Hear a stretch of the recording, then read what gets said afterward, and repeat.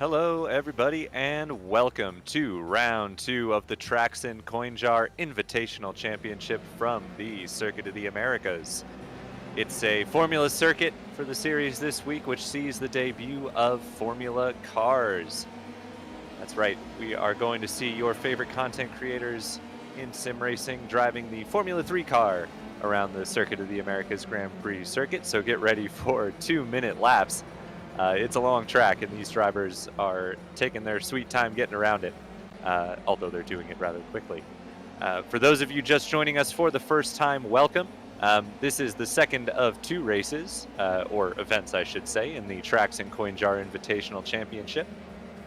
Last week saw some, or last race, excuse me, saw some intense action at the Silverstone Grand Prix circuit in GTE cars, which saw Yuri Kazdorp take race number 1.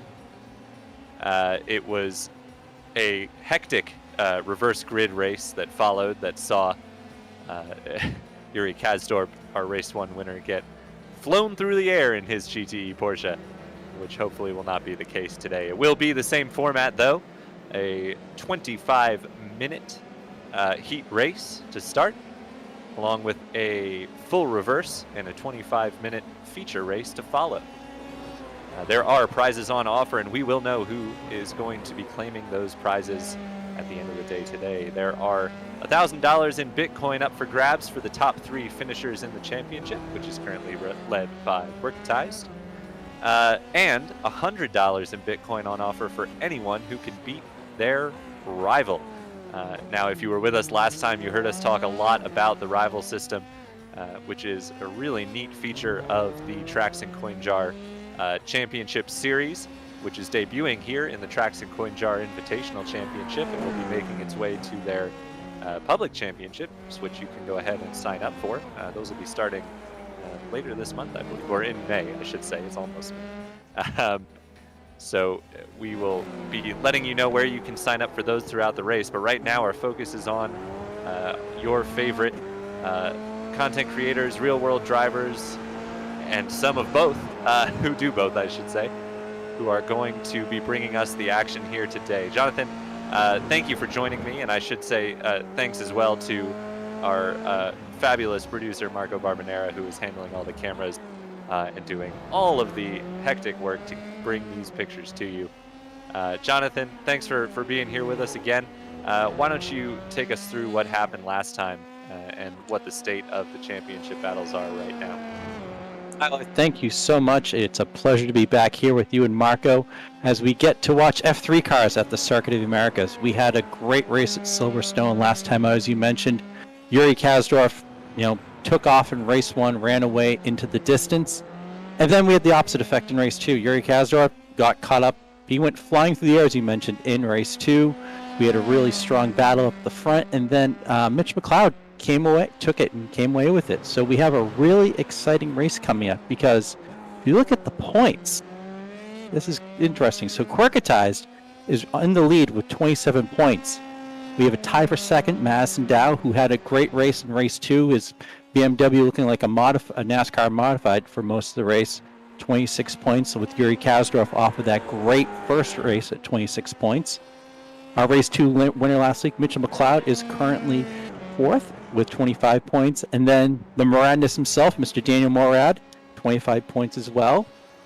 Then in 6th, our Porsche esports Super Cup All-Star champion Emery with 22 points. Mr. Excitement himself, Neto Nascimento, who we christened after those 2 interesting races at Silverstone, with 19.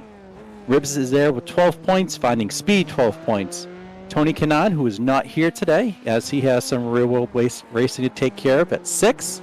Mr. Aero HD has 2 points. Sakane 1 point. Samsonoid 1 point as well. And then we have a couple of people rocking goose eggs. Violet GT, Daniel Gray, Pondon, who had one of the more interesting streams of race 2 last week, when he was in the lead for a while and was in kind of a I don't know what I'm doing sort of moment.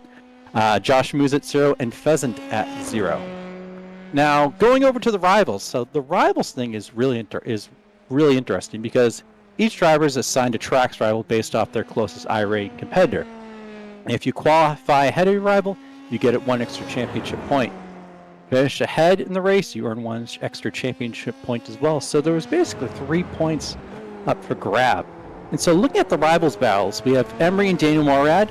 Emery has 2 rival points. Daniel Morad has 1. Madison down, Yuri Kasdorf 1. Yuri Kasdorf's your leader at 2-1 on that. In the Mitch McLeod, Mr. Arrow HD rival battle, Mitch McLeod has 3 points. Mr. Arrow HD has 0. In the Ribs Neto Nasamoto rival battle, Ribs has 2, Neto has 1. In the Finding Speed Quirketize battle, we have Finding Speed with 0, Quirketize with 3. In the Tony Kanon Sapsoid battle, TK has 3. In the Daniel Gray Violet GT, Violet with 3-0. In the Sakame Pheasant battle, Sakame with leading that one 3-0. And in the Josh Moose Pondon battle, Josh Moose is up 3-0 as well. So we have some battles that are really tight and some that are fairly dominant, Tyler, in this matchup. Absolutely, John. But the great thing is there's 3 points on offer again today, and some of those struggling in their rival battles could very easily turn it around with a good qualifying effort or a good race effort. In fact, we are just waiting for the time to tick over in qualifying. You saw the drivers on track there. They had 3 laps to set their best time, and it looks as though, and we'll give you the full rundown once everything's finalized, but Yuri Kasdorp has done it again, ahead of his rival Madison Down, although I have to say the gap looks a fair bit closer this time around than it did at Silverstone. Yuri just absolutely stomped the field in that first race at Silverstone, as you were saying. Madison seemingly has more of a measure on Yuri this time, and have to believe, John, with the big back straight here at COTA, he's going to be able to put up a pretty strong fight. You can, especially in somewhat slower aero limited cars like these Formula 3 cars, you can really get a heck of a tow down that long straight. And if you're the head of a train of cars, you can find yourself losing 2 or 3 positions just from people drafting by you. So absolutely, you have from T1 to from turn 11 to turn 12, you have that really long straight. And also, don't forget, going from that final turn at turn 20 all the way up the hill to turn 1, there's going to be a lot of passing opportunities, especially going into those braking zones and getting a tow down the straight. And something you and I talked about, Tyler, is, let's see what happens with a lot of these drivers switching from a completely different type of car, from the big, heavy GT car to a very light and nimble F3 car. Absolutely, it's going to be very interesting. Most of these, or a lot of those drivers in the race today who have, experience in iRacing have probably done a lot of bouncing between types of cars and aren't particularly focused. But there's always going to be some that excel in some categories and not others. So it's going to be definitely very interesting to see. And don't forget that both of these types of vehicles are going to be on offer for the Trax championships that you can go ahead and register for.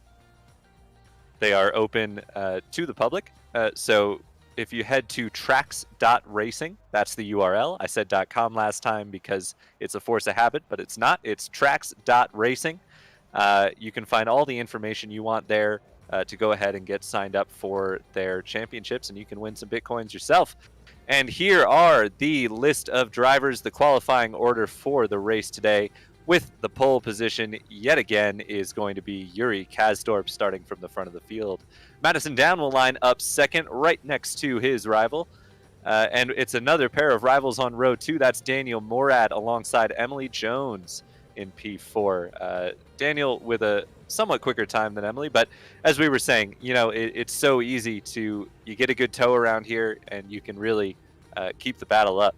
Mitch McLeod qualifies 5th, a solid effort from him. Tyson Meyer quirketized in 6th. That's your championship leader, and he has out-qualified his rival, Russell Barnes, finding speed. He had a pretty solid lap in practice. A bit surprised to see him that far down. Giuliano Romagnuolo, one of our new drivers, just famous. He is qualified in P7. Bo Albert qualified 8th behind his rival. That's Mitch McLeod, who we mentioned in 5th. Russell Barnes, we already mentioned rival 2, Quirkatized. He's going to line up in 9th ahead of Ahmed Garib, that's Ribs, who lines up 10th, 1 spot ahead of his new for this weekend rival, Bruno Carniero. David Sampson, Samsoid, not going up against TK this week. This time it's Giuliano Romagnuolo, and he got the better of him in this qualifying session. Samsoid will roll off 12th. Blake Dalton, that's Pondon, has just barely pipped his rival Joshamus, who was leading that battle 3-0, if you remember. As we are about to go green, Violet GT, Sakame, Mr. Aero HD, and Daniel Gray with the rest of the grid, but we are green. And it's a great jump from, I want to say that's Samsoid or perhaps Pondon, and look at, I'm not sure who that is getting chased to the inside, but that's one of the tricks here at CoTA. Ooh, as there's contact there. I think that was Ribs potentially getting run wide. He's dropped a few places. Battling now with Pondon. There was a little bit of contact, but surprisingly clean. That turn 1 at CoTA can really be a funnel for disaster. And for everyone to make it through there without any sort of spins or major issues is pretty impressive for this group. They've done well. It's Yuri Kasdorp, though, who leads ahead of Emery, who's had a heck of a jump. It is, ooh, who was that? That was Sakame Trevor Jackson, yeah. Looks like he lost his nose. It looks like he lost just about everything on that car, and that's Ahmed Garib, Ribs around, so that's not going to help him in his rival battle. Now, what happened to Madison Down at the start? Because he lined up P2, remember. He finds himself down in 6th place. I was just watching, I noticed Emery had jumped up, Daniel Morad has as well. Mitch McLeod has had a good start. He was in 3rd briefly, but now in 4th battling with Daniel Morad there. And Giuliano Romagnuolo, just famous, in 5th, making the move, though, on Mitch McLeod, trying to put some distance between himself and his rival. Ooh, that is 3 wide through there is not easy to do. That's Quirkatized around the outside, and I believe Bruno Carniero, one of our new drivers, who he is battling with there. Oh, he looked like he was going to have the runoff, but just clipped the curb a little bit, and that allowed Bruno to get the run through this quadruple right-hander, I guess you call it. And now Quirkatized has gone for a spin. That's our championship leader. Quirkatized with a big spin, just carrying too much speed, I suppose. I don't know. There's not really much else to lose it on around there, so perhaps just carrying a little bit too much speed. Don't know if you saw anything different, John. No, it looks like he just, as you said, Ty, looks like he just was on the outside and carried too much speed in the turn, but Yuri Kasdorp got a heck of a start, and he is off and running. Absolutely, and I don't know if we can get, there's been a lot of action, so tough to justify jumping away, but if we could see at some point a replay of that start as we see a nice battle with Bo, Albert, and Pondon. You were talking about how Pondon, very new to this sort of thing, to be battling with Bo Albert, who is no slouch, I think would be pretty exciting for him there. He's hanging on to 10th place, which is mighty impressive. If you went on the Trax YouTube page, Bo Albert did the track guide for this race in the F3 car. Absolutely. So pretty impressive stuff there from Pondon. But yeah, would be nice to see a look at that start if we ever get the chance. But Daniel Morad is going to keep us on our toes here as he is having a look on his rival, Emery, who has lost the toe, I believe, of Yuri Kasdorp. Yeah, 2.5 seconds back. She's not going to be getting any help. And we mentioned that slipstream. You see Daniel Morad using it to tremendous effect here. But the problem, of course, is as soon as you pull out, you get that big wall of air and it slows you right down. But he does have the inside line for this sharp left-hander here, and it looks as though Daniel Morad is going to secure that position. We'll see if he can hold on to it. A bit further back, it is Samsoid battling Quirkatized, trying to work his way back forward, and Russell Barnes finding speed, battling with Bo Albert, I believe it was. Here's Bruno Carniero leading this group of cars, which is a train of 5, I believe, back to... well, no, he's actually now pulled the gap on them just a little bit and caught onto the back. He's caught the tail of Just Famous and Mitch McLeod, it looks like. Yes, it does. There is Giuliano Romagnuolo. He is in one of the Moradness cars, so clearly at least a sim teammate with Daniel Morad. Impressive time there from Morad. He's 6/10 off of Yuri Kasdorp's best lap of the race, which he set that time through as well. Definitely getting that toe down the back straight helped a little bit, but we know Daniel is quick in real life and in virtual racing. The Morad Emery rival is probably one of the best rivalries that's in this track series. We have two really highly experienced sim racers, going at it. And as we know, with the rivals, it goes with your iRating. So yeah, you and two drivers who are extremely close. Well, and Daniel leveled the battle with qualifying ahead of Emery. That puts them, I believe, at 2 apiece, as I think Emery was leading 2-1 coming into today. So definitely one to keep an eye on that one. This is not a rival battle as we ride on board with Mitch McLeod. He's actually tucked up right in behind Emily Jones there, who has got a bit, oh dear, just a nudge there from Ribs on Mr. Aero HD. Keenan Kusin, I think I saw Ribs potentially waiting to let him back through there. Not sure. But yeah, that's tough. There was definitely a gap there, but it looked as though he just kind of clipped him with the front wing end plate there. Here we have a replay of it. Yeah, so Keenan just going for a look, decides against it, but actually, he was gonna back out of it and let him Ribs have the corner. No, sorry, I've got it backwards. Ribs was going to back out of it and let Mr. Aero HD have the corner there, but he broke a little earlier than he was expecting and just gave him a little bit of a nudge. But both back going now, and they'll be in good places for the reverse grid, so not the end of the world there. As Daniel Morad has just set the fastest lap of the race by 4 1/1000ths of a second ahead of Yuri Kazdorp. That is unbelievably close. So we're getting a bit of a battle for third, I believe, with McLeod and Emery. It looks like we have a big gaggle here. So this is Mitch McLeod. So this is exactly what you were talking about. Yes, Mitch McLeod and Emery side by side through the S's at COTA. You can't do that in a Formula 1 car, but in a Formula 3 car, a little slower, a little less downforce, but you can make it work. And they did, with Emily Jones hanging on to that position. Here is Bo Albert, who has gapped the cars behind him and caught on back to the back of this train, which is Madison Down and finding speed. I'm really surprised that Madison Down has not been able to work his way forward. I don't know if he's carrying some sort of damage or, just doesn't have the race pace that he showed in qualifying, but he, qualified P2, was right there with Yuri Kazdorp on speed. I'm really a bit shocked at this. Yeah, I would agree with you, Tyler. Last week he was so impressive, considering the circumstances that he was running under. And, as you mentioned, he qualified second. Maybe he's just been, I like to look back and see, maybe he's been caught up in the draft or had a little damage or... Ooh, that was nearly a nudge there. Giuliano Romagnuolo and Mitch McLeod there. I wonder almost if it's Madison getting caught battling Russell Barnes, finding speed. We know both of them are relatively quick, and if you can kind of get sucked into a battle, it can really slow you down around here. But now, with Bo Albert battling, that could create the gap that Madison needs to, try and run away and catch up to the battling pack in front of him.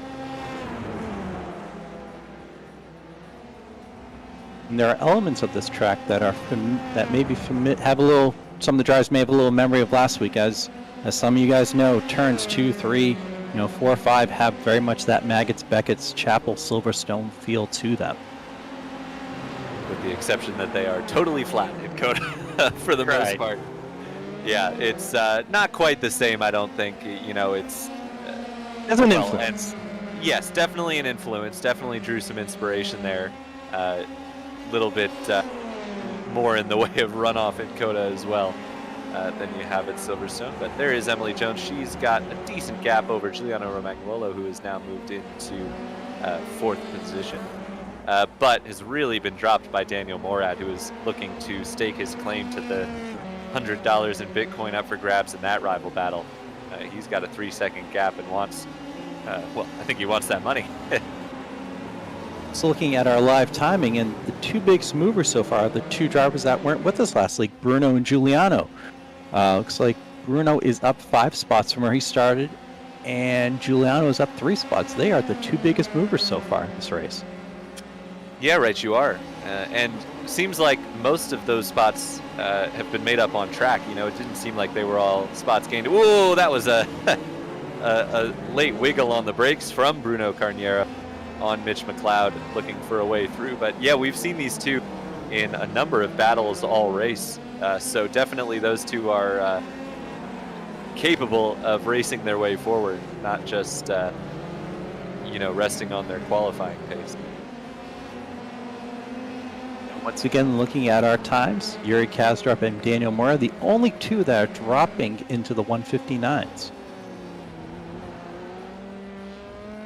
Yeah, they are setting the timing sheets alight. It's interesting, you know, that Daniel has been able to keep up with Yuri.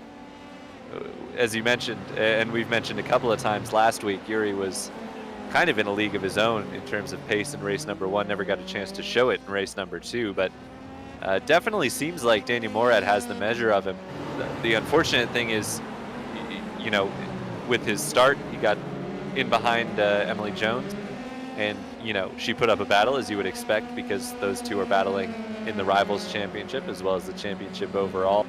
But that just kind of made that gap, and, you know, even if Daniel can match Yuri's times, he's going to be hard-pressed to really close a 3-second gap, even with 15 seconds in this 15 minutes, excuse me, remaining in this race, barring significant issue for Yuri. Yeah, Yuri just had a great start. I mean, I'm sure maybe at some point we'll see again, but he was just lightning quick off the line compared to everyone else. He got such a great start, which has allowed him to get this almost 3.5-second lead. Yep. And I'm having trouble seeing this, but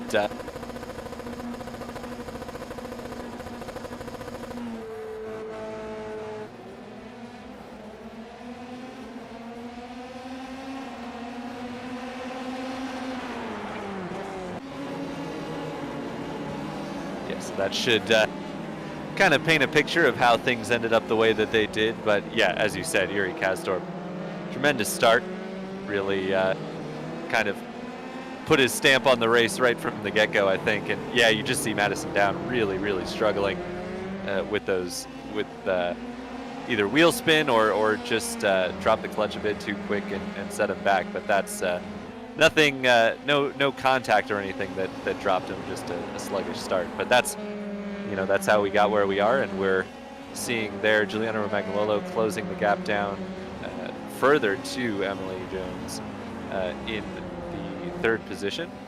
And Bo Albert, who has made 1 spot since we last saw him. He's passed Finding Speed for 8th position, but hasn't been able to move forward a ton. As everybody now in the 59s pretty much, as has been the case for much of the race. Yeah, this has turned into a nice little battle for 3rd spot here between these 3 drivers. As we look at Josh Amuse as he makes some move. And this is a rival battle you see right here, Pondon and Josh Amuse. As you mentioned, Pondon was down 0-3, claimed 1 point in the qualifying battle, qualifying ahead of Josh Amuse, but he'll be wanting to hold on to this position to have any fighting chance at the prize here. He needs to continue to stay in front of Josh Amuse, but it does seem that Josh Amuse has a little bit of a pace advantage over Pondon right now.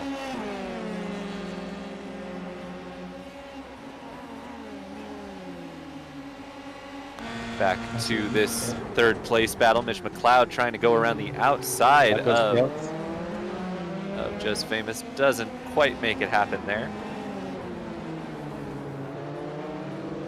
It's not impossible to do around that corner, in fairness.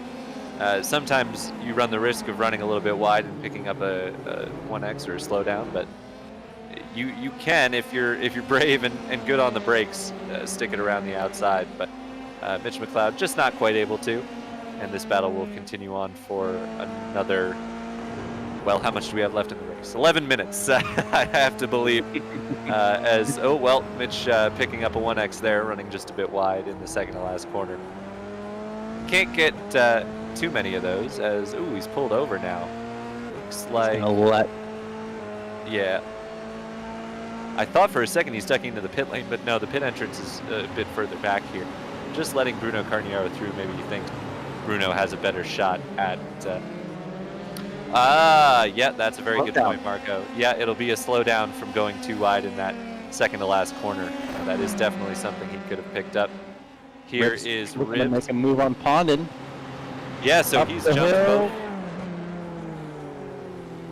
And that's job done. He's jumped both Joshima's and Pondon in the last lap. Obviously trying to work his way back forward after the contact he made with Mr. Aero HD, who does seem to be still suffering with that damage. He hasn't really been able to make any of that ground back up.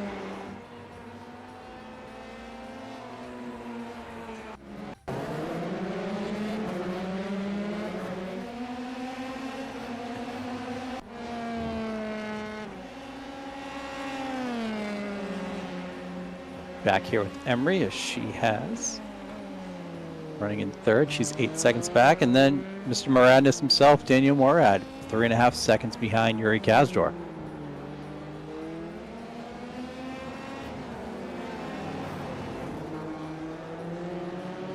Third place we have Emery and Just Famous, who's just running a little under half a second behind her. Yeah, it seems to be whoever can. These battles kind of happen in pairs, you know. So it'll be a battle between Emily Jones and Giuliano Just Famous, and then that'll allow Bruno Carniero or Mitch McLeod to catch up, and then it'll be whoever's behind among those two who will battle the car who's caught them, and that'll allow the car in front to get a bit of a gap, and it just kind of is cyclical in that way. It's really, really difficult in cars like these that are so dependent on, you know, the tow around a track like this, where there's lots of opportunities to get a tow and tow up to somebody. It's really important. Oh, as that's Pondon who's had a spin in the final corner. We'll see a replay here, but just to finish that thought, it's so important to stay in these battles. And unfortunately, it looks like Pondon has taken himself out of his battle. Yep, just locking the rear brakes, or maybe a little bit less grip on that painted curb. But he has gone around and lost that spot to his rival Joshima's, which may seal that rival battle after this first race. Yeah, that may be over, unfortunately.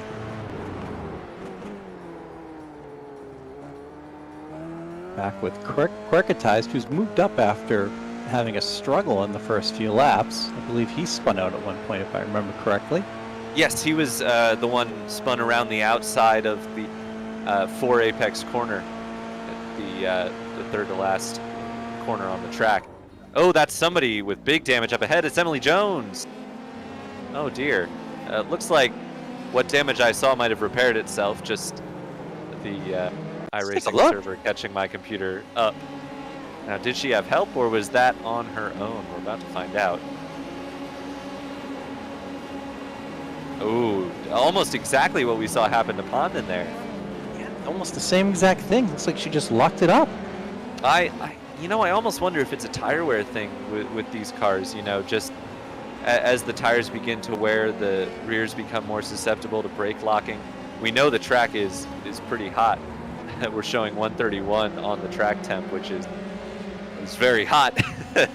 And I think it could be catching some of these drivers out. So unfortunately for Emery, that set her back to 7th place behind Madison Down. Hasn't really dropped her out of that battle, because this is all still one big group back up to Just Famous, who now inherits the 3rd position. But we've seen how hard it is for some of these drivers to work their way back forward. That's going to be a challenge for her with just 7 minutes left in this race. We were talking about Quirkatized, who spun earlier on in this race. He has done well to get himself back up there now in 9th place, working on Bo Albert for 8th. That's been a pretty good charge for him. I think he was set back pretty far, but working his way back through the field. Watching the onboard here, he just made up a ton of time through that complex.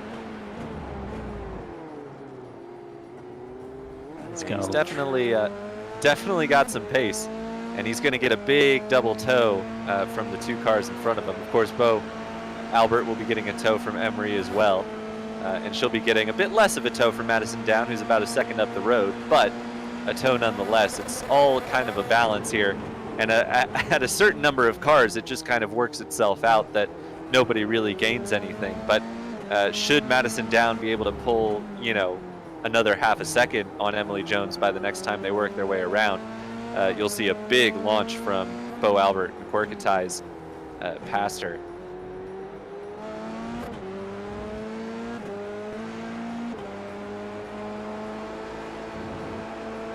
Quirketize was faster than Albert on that last lap. Quirketize ran a 1:59, and Bo ran a 2-minute flat. Yeah, pretty significantly so. That's the tow closing in on Bo Albert will definitely help that, but you're absolutely right. That seems like this battle might go the way of Quirketize before all is said and done. He could pass both of them, and looks like someone locked up a little bit ahead. That looked like Madison Down up ahead. Yeah, Quirketize could get all the way up to Madison Down the way he's been driving. It's definitely possible. Yeah, it's looks like it's going to be 3 laps, including this one, just by my quick mental math, because laps are about 2 minutes, and we've got about 5 minutes remaining. So I think it'll be 2 laps after this lap that they're currently on for these drivers. So plenty of corners around Circuit of the Americas to make something happen in 3 laps. So we'll have to wait and see as we see Quirketize pop out on Bo Albert. That's a good place to do it, leading onto the back straight, and he'll get the tow from Emily Jones, so we should be able to secure that position, although Bo's got a great run out of that corner. Quirketize does the smart thing and moves to the inside to protect there. That's going to be the line if he can hold position into the next corner, and it looks like, as we move focus forward, right here. Yeah, this is Giuliano Romagnuolo and Bruno Carniero battling it out. 2 of our newbies to the series for today's race. Giuliano, 2 biggest movers in race 1. Yep, as you mentioned before, yeah, those 2 have been charging, and Bruno looks like he wants a podium. Oh, that was very, very close. Bruno just got right up behind the rear wing of Giuliano, and I don't know how they didn't touch. It was incredibly close, but they live to fight another day, which is good because we are closing in on 2 laps remaining in this race. Yuri Kazdorp well and truly in control. Daniel Morad seems to have fallen back a little bit now, 5 seconds behind Yuri. But it is the battle for third that everybody is watching as Bruno Carniero pops to the outside. We'll see if he can get the crossover move. Classic COTA move. The crossover in the first corner, and Bruno executed it flawlessly. It also looks like Mitch McLeod wants to kind of join this party as well. But a great move by Carniero.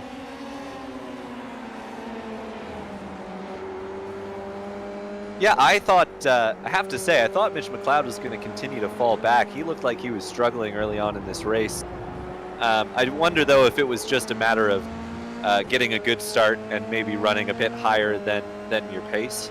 Because 5th is where he started, but he was definitely running further up and seemed to be dropping back. But I think he's kind of settled in here and is running pretty comfortably where his pace, should be. It's and that's what we talk about, the rivals battles. That's what this Trax and CoinJar series is all about. Mitch is running in 5th place, but he is absolutely winning his rival battle with Bo Albert, who currently sits in 9th. So definitely a plenty to play for Mitch McLeod, and a 5th place performance doesn't mean you didn't win something. Right. Looking at our beautiful SDK live timing here, and just notice Yuri Kazdorp just dropped into the 158s, which, with a minute and a half to go, is really impressive. And Bruno Carniero has lost the spot back to Giuliano Romagnuolo. I didn't see how that happened.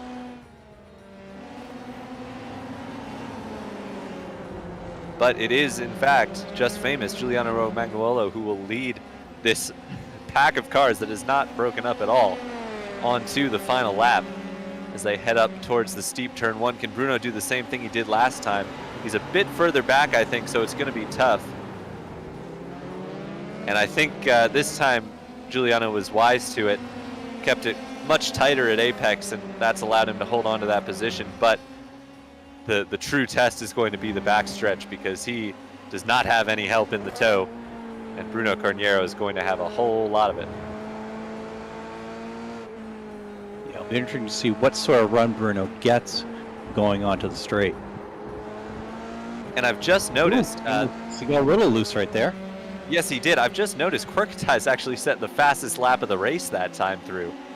He did a 58.77, so Quirketi's clearly has some speed, and obviously is using the draft to maybe emphasize that, but he's definitely got pace back in 8th place, as we see Just Famous trying to break that toe and doing a pretty good job of it. Yeah, that's the key. You can't just, you know...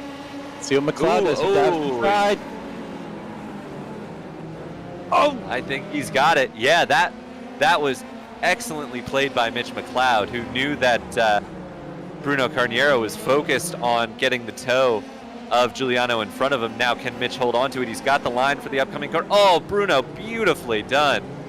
But just clips the curb and doesn't get the drive off. That was almost a perfectly executed crossover again from Bruno, as Yuri Kasdorp comes around the final corner with yet another dominating performance. But this is the battle we're all watching. It looks like Mitch McLeod's going to hold on to that 4th place with the excellent move he made. Oh, but I spoke a little bit quickly as Bruno dives it into the last corner. Wow, great pass. Great pass. Look at this battle right now. What an excellent, excellent battle. Is he... He's not going to do it. I think Mitch got him at the line. He did. Looking at timing and scoring, he did. Unbelievable. Great job, Mitch McLeod. Man, that was something. I don't even know what to say about that. What a phenomenal battle there for 4th place. As that was Samsoid crossing the line. Okay, we don't have the official results, so we're not quite sure who claimed 4th place. We'll let you know once we do, but that was unbelievably close. As there's a spin ahead of Yuri Kasdorp. I think that's Daniel Morad. Some little celebrations with the Moradness group there. Yep, just having some fun after the race. Just a few drivers coming across the line still. Violet GT is going to win her rival battle today against Daniel Gray 10, as she has claimed every point in that battle so far, so doing an excellent job, although, you know, I'm sure she would have liked to have finished higher. That's the trick with the rival system, isn't it? You know, she finishes 15th on the day, but still gets to take home a win in race number 1, and is going to get a nice starting spot for race number 2. As we've mentioned, reverse grid for race 2, so could see some interesting action going on in turn 1 with, you know, guys or drivers who started, you know, finished this race higher up or in the back. They're going to try to climb their way through. So get a little testing, a little carnage. We had that in race 2 last time around.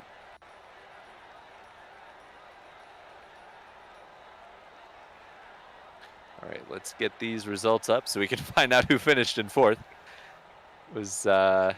All right, so it was Bruno Carniero who claimed 4th place, but it was Yuri Kasdorp who claimed the race 1 win for the 2nd week in a row, converting a pole position with some absolutely dominant pace. Yuri Kasdorp, your winner, who will start at the back of race number 2. Daniel Morad with an excellent performance to claim 2nd place ahead of Giuliano Romagnuolo. Bruno Carniero, who we saw in that fierce battle with the excellent pass in the final corner, comes home 4th ahead of Mitch McLeod. Madison Down comes home in 6th after a poor start set him back, wasn't able to make that ground back up. Emily Jones, we saw her spin, wasn't able to recover any ground either. She comes home in 7th. Tyson Meyer comes home 8th. That's Quirketized after his drive back through the field. Bo Albert finishes 9th ahead of Russell Barnes, finding speed. He'll be a little bit disappointed not to convert on the rival win ahead of Quirketized, I think. Ahmed Garib Ribs finishes in 11th ahead of David Sampson. That's Samsoid. Josh Moose is, I believe, going to secure the win in his rival battle with Pondon, finishing 13th ahead of Pondon in 14th. Violet Miller, as we mentioned, claims the rival point ahead of Daniel Gray, who finished in 16th. Keenan Kusin, after getting punted, heading onto the back straight, comes home in 17th. And Trevor Jackson came after his trouble in the S's. I don't know that we ever saw what actually caused his car to end up as demolished as it was. Will finish in 18th, but we'll start on the pole for race number 2. While we have a moment, Tyler, I just want to thank Trax for putting this on. And for those that don't know, Trax is a month-to-month, wheel-to-wheel GT and Formula Championship based on each driver's skill level. You'll be assigned to your division, and you'll be able to work your way up the ranks by also earning some Bitcoin. Trax is powered by CoinJar, so join Trax today and start earning crypto from your hobby. So big thanks to Trax and CoinJar for putting this on. For sure, and you can see the URL, as we mentioned earlier, it's just trax.racing. That's where you can go to register for what I'm sure is going to be a phenomenal championship. I mean, you know, the rival system has proved to be pretty exciting just through these 3 races that we've seen so far in the Invitational Championship. I gotta believe once we get you know, everybody involved, it's going to be something really special. And of course, there are prizes available. So who wouldn't want to go try and claim some Bitcoin ahead of your your iRating rival? I think it's going to be a great series, and hopefully we get to see some signups come from these broadcasts. Two of the most positive things that people have talked about over the past year, iRacing and Bitcoin, and putting them together, just mind explosion, guys, just mind explosion. So thank you to Trax and CoinJar for putting these two beautiful things together. Absolutely. Yeah, so we've got a 5-minute warm-up for race number 2, which is just about wrapped up. And then, as we mentioned, it's going to be a reverse grid. So that is going to be hectic. We saw it in race number 2 at Silverstone, where Yuri Kasdorp went for a flight in his Porsche. But I think it's going to be hopefully a little bit friendlier this time after everybody went through it last time. Now, Tyler, I know you're into aviation and all. Do you need, now, for the way Yuri flew, does he need a pilot's license? I think the car stayed low enough. I think if you stay in ground effect, you know, it's technically all right. You know, you can get away with it. And the rules are different, you know, in the UK. I'm not familiar with the ultralight laws in the United Kingdom. I don't know if they're more stringent on weight. If a Porsche 911 GTE qualifies, he might have been all right there as well. But that certainly was. I mean, you could put those flight hours towards a license if that was something Yuri was looking for, I think. Watching some warm up here. It looks like Sakame just had a little spin out.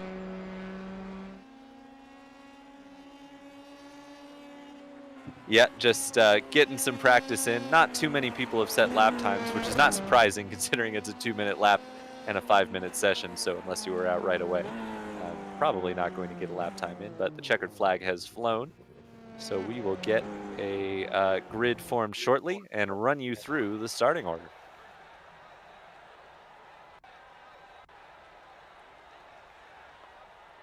Exactly. That's coming down. So Tyler, take it away.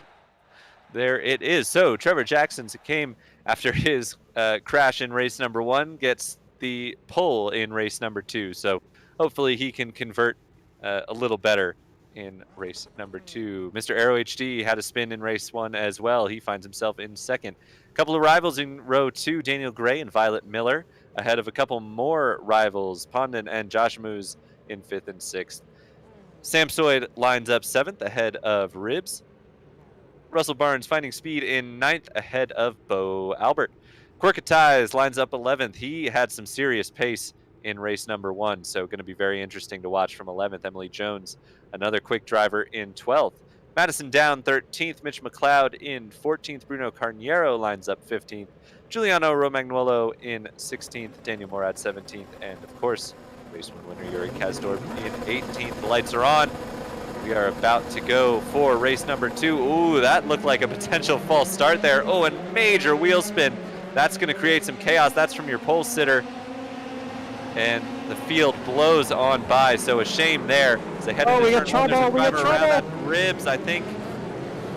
I saw Ribs around, and he's made contact with Emily Jones. Oh, and they're continuing to make contact. Ribs is tangling with someone. That was Emily Jones, yeah. Oh, and Russell Barnes is reset to the pit lane as well, so he must have had some damage from that. What a shame. I see, is that Yuri limping around? No, that is Sakane. That's our pole sitter. Sakane's limping in.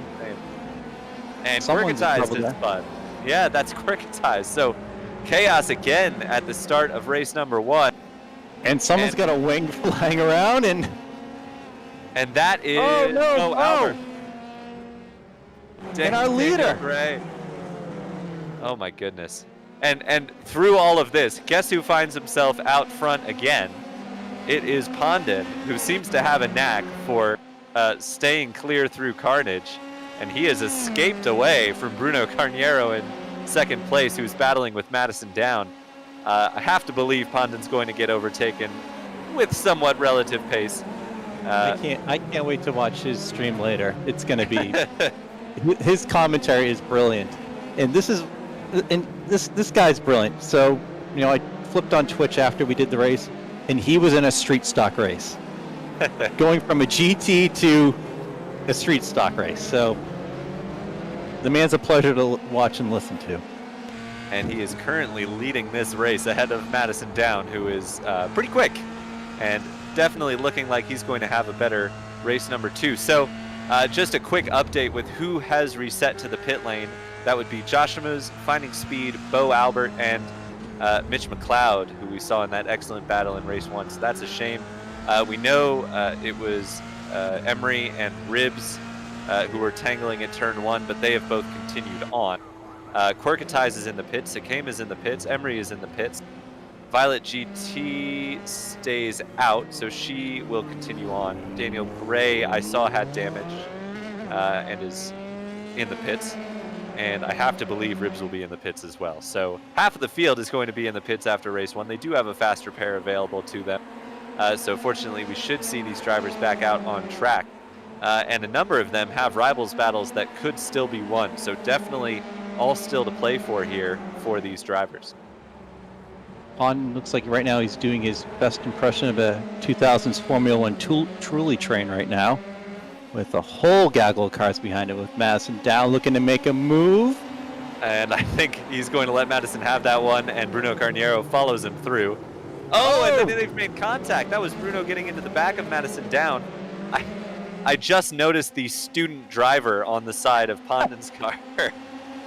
But he was not at all at fault there. It was Madison Down who was spun in front of him. I didn't see if Madison was already sideways when Bruno made contact or not. But all of a sudden, another wide swing.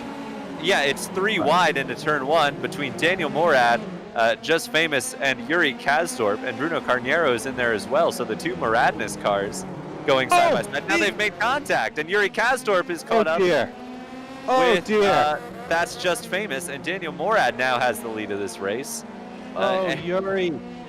It just doesn't stop. So here is what Yuri Kazdorp saw. He had absolutely nowhere to go, with Giuliano spinning in front of him after getting into the back of his teammate. Dear, oh dear. Poor Yuri Kazdorp. He didn't so much fly there as crawl over the car of he is Giuliano cursed Romagnolo. race 2. That's the curse of being first, I guess. He has been absolutely dominant in race 1. And I was just supposed to say he's done it. Granted, we had a bunch of cars have accidents, but he was climbing up fairly quickly. And yeah, the good news for Yuri is he should be able to take the faster pair and recover ahead of a lot of this field. So as far as the overall points go, he should still be in all right shape. He gets a whole bunch of points for winning and sitting on pole for the first race, and he is out and away in 9th place. So definitely not nearly as bad for Yuri as it was in race 2 last time, where he finished last. But Pondon hanging on all right. He's got a bent up front wing from the contact with Madison down. But actually, both of them are still continuing in the top 5. Madison in 3rd and Pondon in 5th. Samsoid has managed to escape everything, I think, because we haven't seen him at all. And we've seen just about everyone else in something or other in this race, too. He's holding on to 4th place with what appears to be a relatively clean Formula 3 car. Yeah, trim. Looking at the YouTube chat here on Apex Racing TV, Bo Albert commented, nowhere to go, blank, F, sad face. So I'm interested to see what the numbers say. I think a number of the drivers will have a very similar story, unfortunately, to Bo. So here's the start of the race on board with Emily Jones. Swings wide to the outside. I think you're going to see, yes, so there is Ribs getting spun in front of her. Didn't catch who that was, and I don't recognize the livery, but Ribs got help turned around, getting turned around, and Emily Jones was into the back. Here's what happened to Bo Albert as he works his way down through the S's. Presumably someone's going to lose it in front of him or get lost, as it were. See where the nowhere was. That was Samsoid letting him through, and that's I think that's Mitch McLeod wide on the outside. Yep. And and just spins back across. Now was that Mitch McLeod or was that I'm not sure who that was. I think Mitch was involved though. We know he was involved in something on lap 1. And up at the front is everyone's favorite Canadian, Daniel Morad. The 1 second lead over Bruno Carneiro. Yeah, I think Daniel's been pretty fortunate in that he's been relatively trouble-free in every race we've had so far. He had some damage in race 2 last time, but you know, who didn't?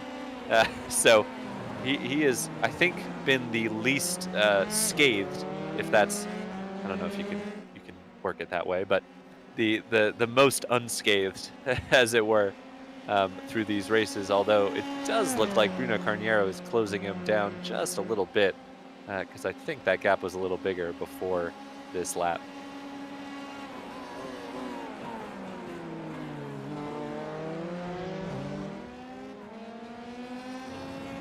Quickest lap of the race last time around for Madison down. Well, it's tricky because it shows as purple. It was a 2:01.15. All that means is it was the quickest clean lap of the race so far, which means he didn't get an off track or a contact or anything like that. Daniel Morad set the quickest lap of the race with a 59.66, but presumably had an off track somewhere along the way. So Madison down, I don't think has the pace of these top 2. We know he's got some damage from the contact with Pondon on lap 1, but definitely holding his own there in 3rd place. He knows he's got to do what he can to claw some points back from Yuri Kasdorp in 9th place. Here's another angle of the start.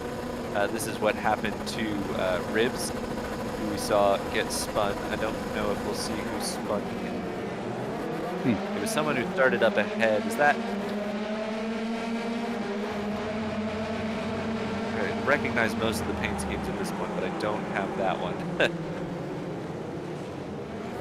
I'm having a tough time seeing from my commentary position, so... It was Violet GT, okay. So Violet Miller got into the back after a poor start.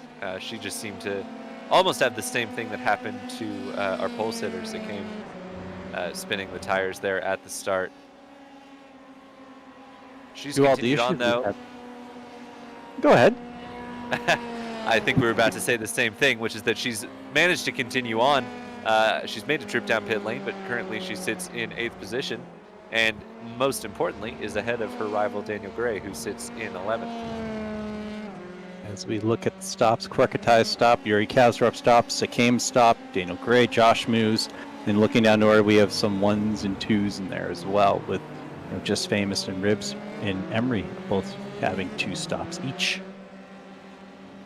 Yeah, lots of these drivers having issues. That's what, that's what happens in a reverse grid race sometimes. It's it definitely makes the racing entertaining. Sometimes it makes it a bit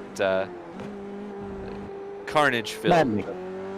Yes, but with all that said, I'm always a fan of entertainment, so I'm always partial to reverse grid races. Absolutely. And okay, great job to Pondon here. Holding his own up in fifth. He had the lead early in the race, but he's still staying up there. So big shout out to him. He's as his car says, he's a student driver, but he's learning very quickly, I have to say. Currently, we're seeing him from the onboard of Mr. Aero HD, Keaton Kuzin, who is trying to close that gap. He started higher up. He's actually down 4 spots from where he started.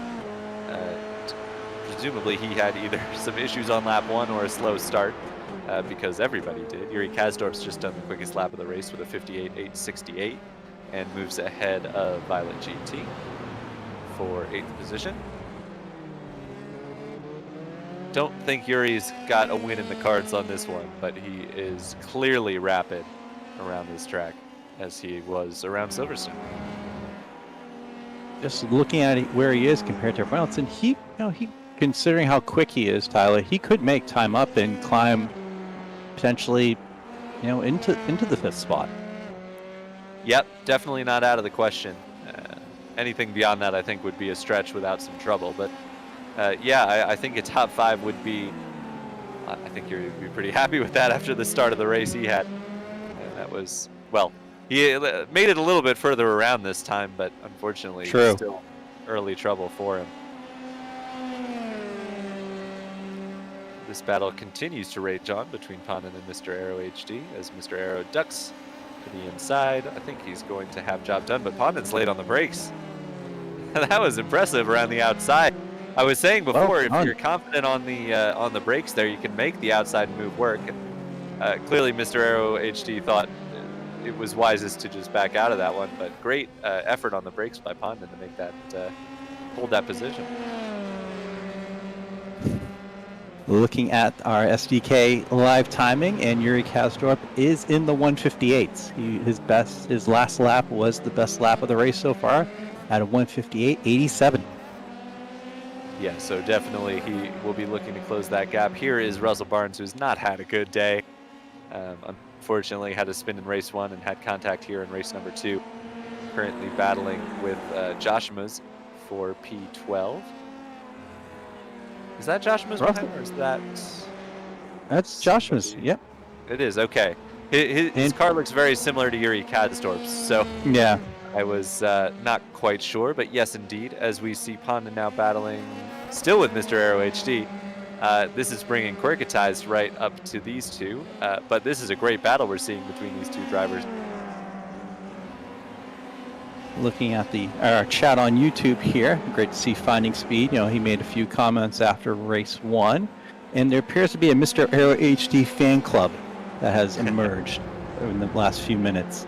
A few folks asking for him to get the fan vote or the fan boost, but this is not Formula E. This is Formula 3 at COTA.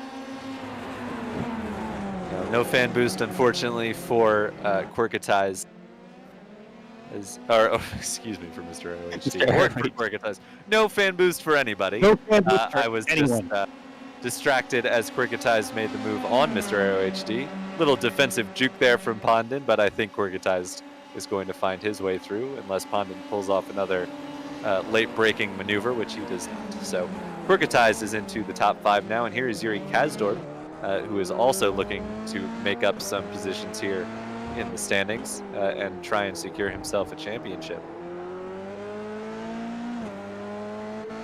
And looking, I'm not certain on the point structure here, but it was Quirketize who led coming into the races today, but a struggle in race number 1 and a fabulous race number 1 again for Yuri Kasdorp. I'd have to believe has Yuri at or near the top of the points heading into the second race, and I think running where he is, I think Yuri's going to have a solid shot at claiming that top prize, which is, I believe, $500 in big point. Absolutely. He's currently running in 7th place, Yuri, and Quirketize currently running in 5th, and looks like Yuri's going to make a move on the inside on Pondon, up the hill, and he'll make that pretty easily, and now he'll go chase after Quirketize.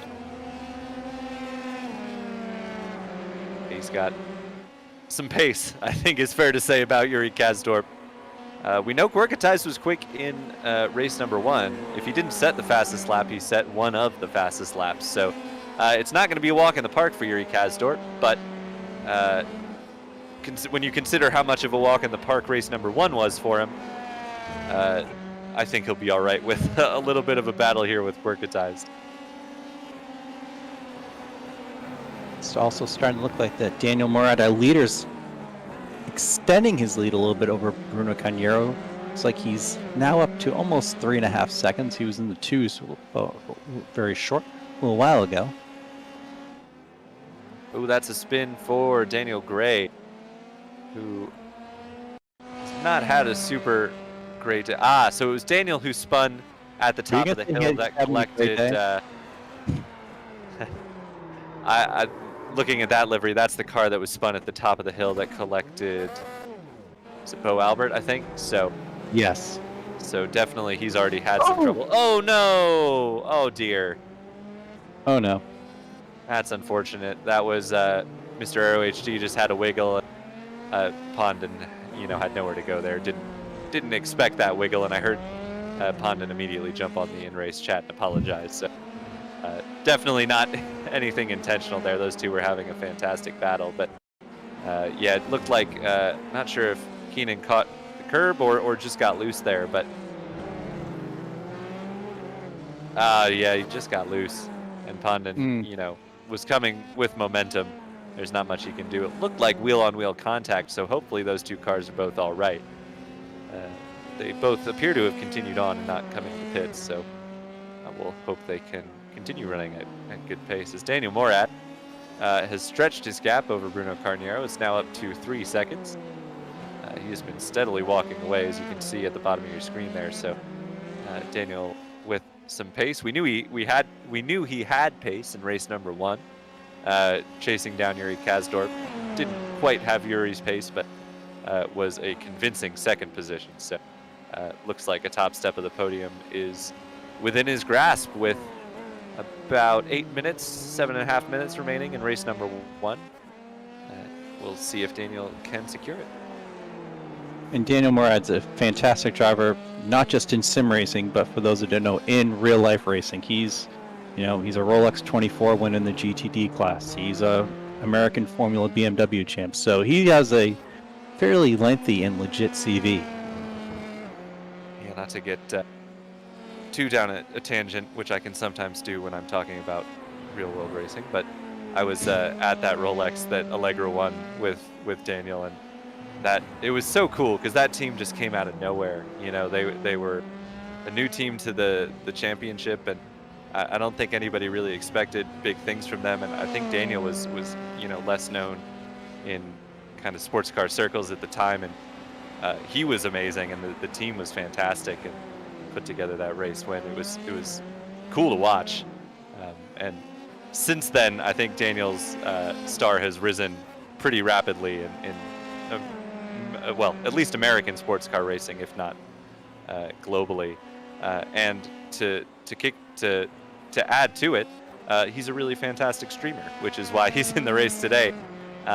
He does a lot of iRacing streaming, and from our conversations with him during the last race, he seems like quite a friendly guy as well. So you wouldn't expect anything less from a Canadian such as Daniel, but really great guy. All Canadians are wonderful. My wife's a Canadian. I mean, they're just all fantastic people. Yeah, and I don't know if your wife is as talented a race car driver as Daniel Morad. No. He's doing an excellent job. But they're just fantastic people in general.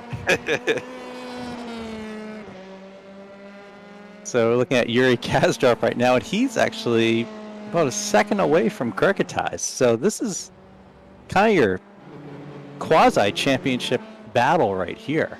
I mean, all Yuri needs to do is just kind of stick behind Quirketize, and I think it's all his. Absolutely, and you almost don't want to make a move too soon because you want to have that toe on the last lap, don't you? We see him coming down the back straight here. It's going to be pretty crucial, I think, to have that run on the last lap. I mean, obvious, it's racing. You want to be ahead, but sometimes the strategy is to to play it a bit coy and not make your move too soon. And these are the first 2 drivers that had to make pit stops due to all the interesting action that went on at the start of the race. So credit to both of them for really climbing through the field.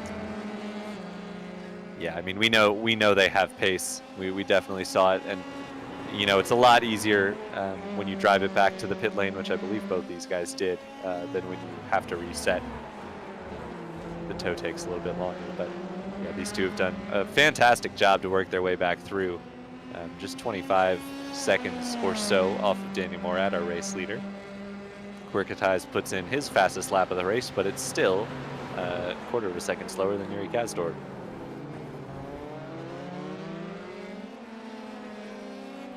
Just looking through our SDK live timing, and the real climbers are our top 6. Daniel Morad's up 16 from where he started. Bruno Carneiro's up 13. Looking at Madison down, you know, we haven't talked about him much in this second race, but he's up 10 spots from where he started. And Yuri Kazdorp, as we know, he was tail end Charlie, and he's up 12 from where he went. Yeah, some big movers. That's part of what you get with a reverse grid race, but that's pretty stark contrast there.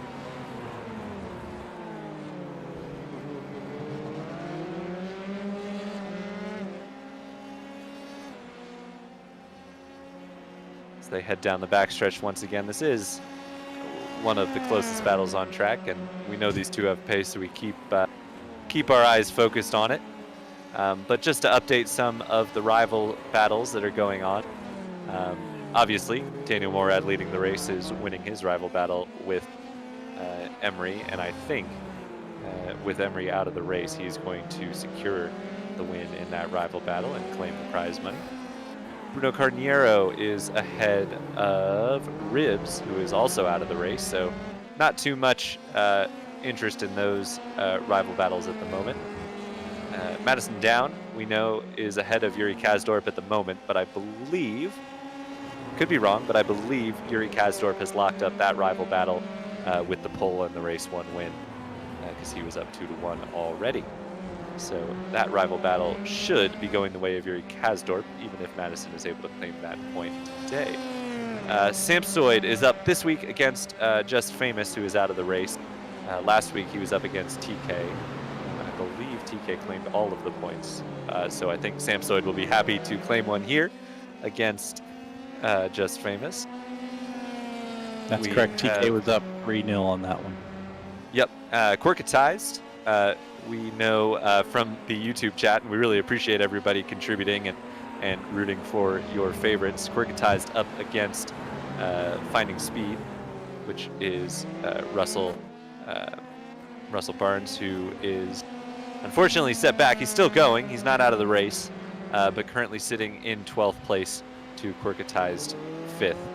And Quirkatized did have a pretty solid grasp on that rival battle coming into today's race. There is Russell Barnes. So that one, I believe, is going to go the way of Quirkatized. We've already mentioned Yuri and Madison as Quirkatized giving a little weave there. Pondon and Joshimus is an interesting one. Joshimus came in leading 3-0. Pondon out-qualified Joshimus, but I believe, and I'd have to double check it, but I believe finished behind in race number 1. So unfortunately, Pondon just battling for a better rival points outcome. He's not going to be able to win that one. Mr. ROHD. Right, it's like he's trying to fight off Mr. ROHD. Yeah, it's a resumption of the battle we saw earlier on. It looks as though Pondon's going to give him that one. No, I spoke too soon. They go side by side. Mr. ROHD is up against Mitch McLeod in the rival battles. Mitch out of this race, but Mitch was already up 3-0, and I know he finished ahead of Mr. ROHD in race 1. So pretty sure that rival battle is going to go the way of Mitch McLeod. Who haven't we talked about yet? Violet GT and Daniel Gray are rivals. Violet was up 3-0 going into race 1, and I believe out-qualified and out-raced Daniel in race 1. And is looking for the clean sweep of the rivals' points here in race number 2 in 9th place. Oh. Ooh, was that him just letting? He must have gone off track.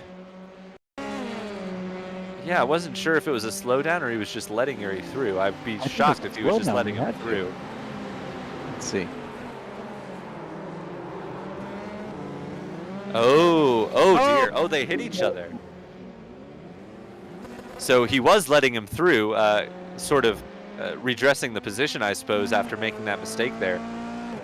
Was really just an accident. It certainly wasn't trying to hit Yuri there, but yeah, he lets Yuri through there. He let Yuri by. Fifth place. Yep, for sure. And what's happened to Josh Moose just went a little wide and spun it in the final corner.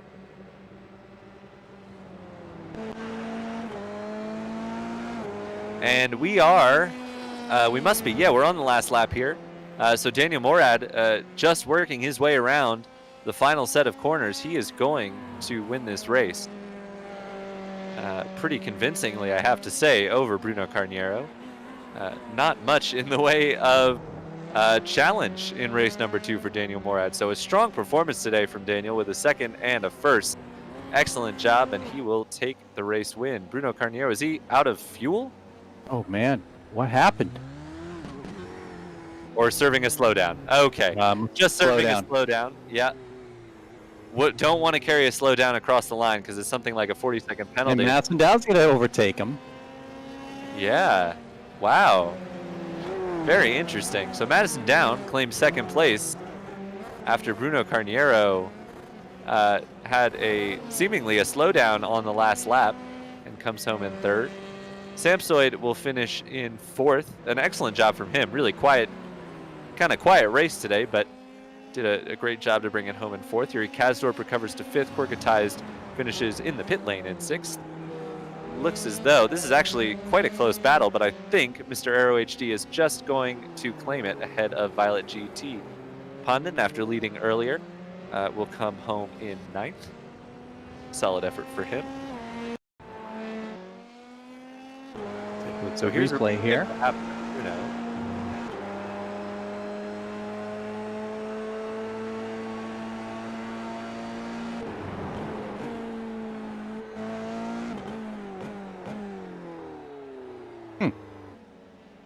Weird, yeah. I mean, he took a lot of curb there. I think you're allowed to, but potentially could have been a slowdown. Pandon's in the...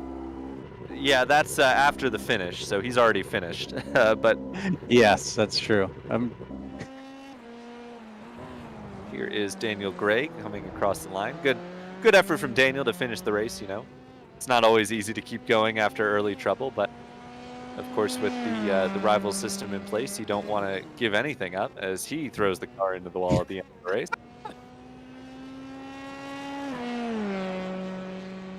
And Russell Barnes is the last man across the line. A little celebrate, you know, Tyler. Ooh! Yeah, Tyler, I work on on Apex Racing Spec Racer Ford Weekend Warriors broadcast, and at the end of every race, there's a demolition derby. And this kind of has that feel at the end. Have a little demolition derby party. Certainly seemed that way. So we will get the results to you in just a moment. And there they are. So Daniel Morad is your race 2 winner, ahead of Madison Down and Bruno Carniero rounding out the podium. David Sampson, that Samsoid, finished in 4th ahead of Yuri Kazdorp. Mr. Aero HD, Keenan Kuzin in 6th. Violet GT in 7th. Pandon in 8th. Sekame in 9th. Quirkatized in 10th. Daniel Gray in 11th. Russell Barnes comes home in 12th. Josh Moose in 13th ahead of Just Famous, Ribs, Emery, Bo Albert, and Mitch McLeod. So Quirkatized must have gotten a penalty at the end there because he crossed the line in 6th, but was in the pit lane when he did it. I don't know if he maybe got a pit lane speeding penalty or too many incidents or what, but yeah, something penalized Quirkatized there. But we have a driver waiting for an interview, and it is our race 2 winner and race 1 podium finisher, Danny Morad. How you doing? Oh, I'm doing well. That was an awesome race. I could not believe where we were after lap 1 in that second race. I'm just trying to catch my breath still. Yeah, you were free and clear basically in race number 2. Well, it was quite a hectic battle on lap 1, and then I think it was your teammate who actually ran into the back of you and took out your biggest challenger, Yuri Kazdorp. So was that team orders, or was that just a bit of luck? Imagine we could orchestrate that. That would have been something. But no, I definitely with these Formula 3 cars on lap 1, the tires are really cold, and I was pinched down on the inside entering the arena complex, and I dropped down to first gear, and that was enough just to engine brake the car to the point where I just got tapped. And yeah, unfortunately, I'm really, really sorry that those guys took each other out. But that's racing sometimes. It was relatively easy of a win, aesthetically speaking. But I still had to drive the car and hit every point. And we had Bruno behind us, which Bruno isn't a slouch. So I had to still keep pushing. And I just want to thank Suelio Almeida for the amazing setup, and also Giuliano Romagnolo, first time in the series, and one of my close buddies. Thanks for taking out my closest rival. But no, I'm kidding. He did an awesome job as well, representing the Maradness Esports squad. In race 1, we finished second and third, and then unfortunately he didn't finish second race, but we were able to bring home the W. Yeah, it was a solid effort, team effort, certainly in race number 1. You guys, if anyone had anything for Yuri in race 1, it certainly seemed like you did. Your pace was there or thereabouts. Just Yuri able to keep that unbelievably rock solid consistency all the way through, and keep putting those laps in. Do you think, had you not had that battle with Emery at the start, that you would have maybe been able to stay in his toe and keep with him, or was it just a matter of securing second? To be honest, I mean, you have to keep in perspective who Yuri is. Like, he is one of the best racers, virtual racers on the platform. So it definitely is a tough ask to stay with. But I thought, like you said, the pace was really strong. I felt like this car suited me a little bit more. Yuri is more of a GTE driver, a specialist. And I tend to really enjoy the higher downforce cars in iRacing. So, the higher the downforce, the more it's suiting my style, and the more realistic I find that it feels compared to real life. So, this definitely suited me well. Would I have been with him? Maybe a bit closer. I think at one point I kind of checked out and just focused on bringing it home second. But I mean, yeah, probably would have been shadowing him at the best. But what a battle! Emery and who else was it? It was remind me. It was Mitch McLeod, I think. Yeah, was McLeod. What a battle! What a battle! We forget about that. That was such a short, intense moment. But yeah, thankfully it worked out well with the open wheel cars. Like, it's so dicey. If you get too close, you can interlock wheels, and it's all over. It's all tears.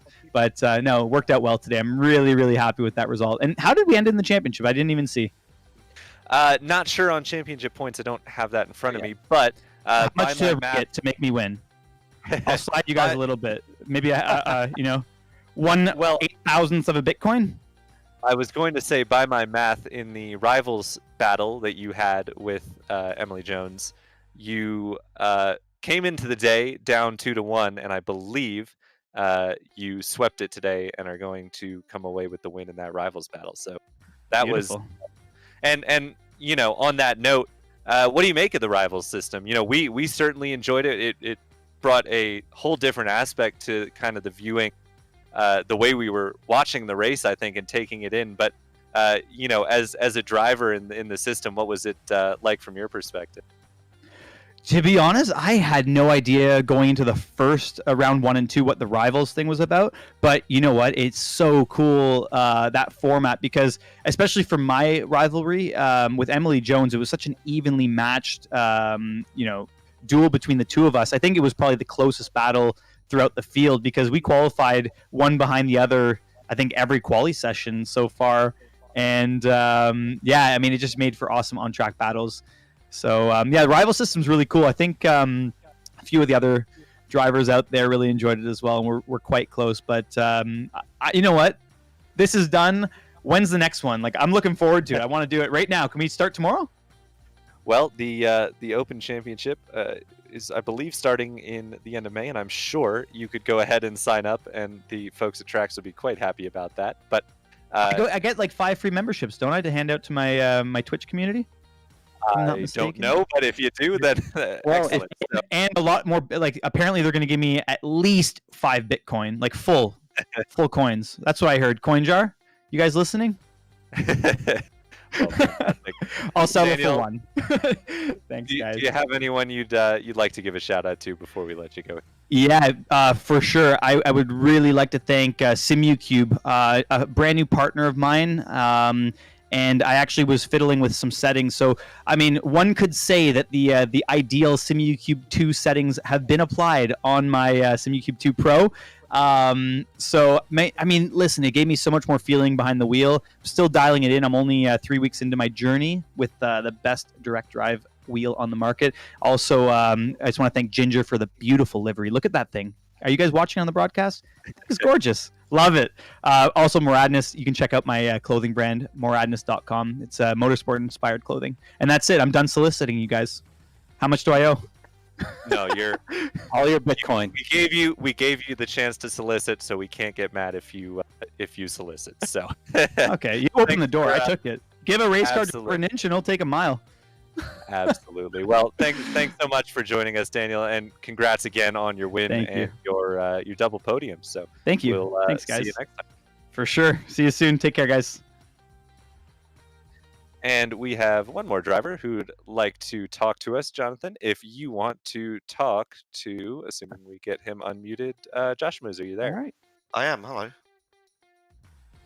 So, Josh, take us through your thoughts on this whole on this Trax CoinJar Invitational. Your thoughts going into it. You know, the rival matchup. You know, it's a very unique system.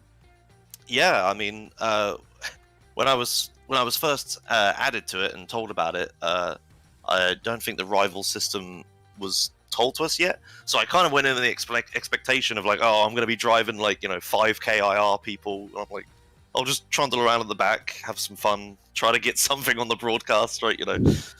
But when they added the rival system, I was thinking to myself, okay, well, probably going to get matched with someone still way better than me. But no, it was a good match. Me and Pondon were pretty evenly matched. So then I had hope, and then I actually had a goal, and it was really good to actually have a goal, even though I'm never going to get a championship point. I knew that I could actually achieve something, and yeah, it was really good. Me and Pondon sort of talked a bit and had fun with it. But yeah, it was really good. Had you raced Pondon prior to this? No.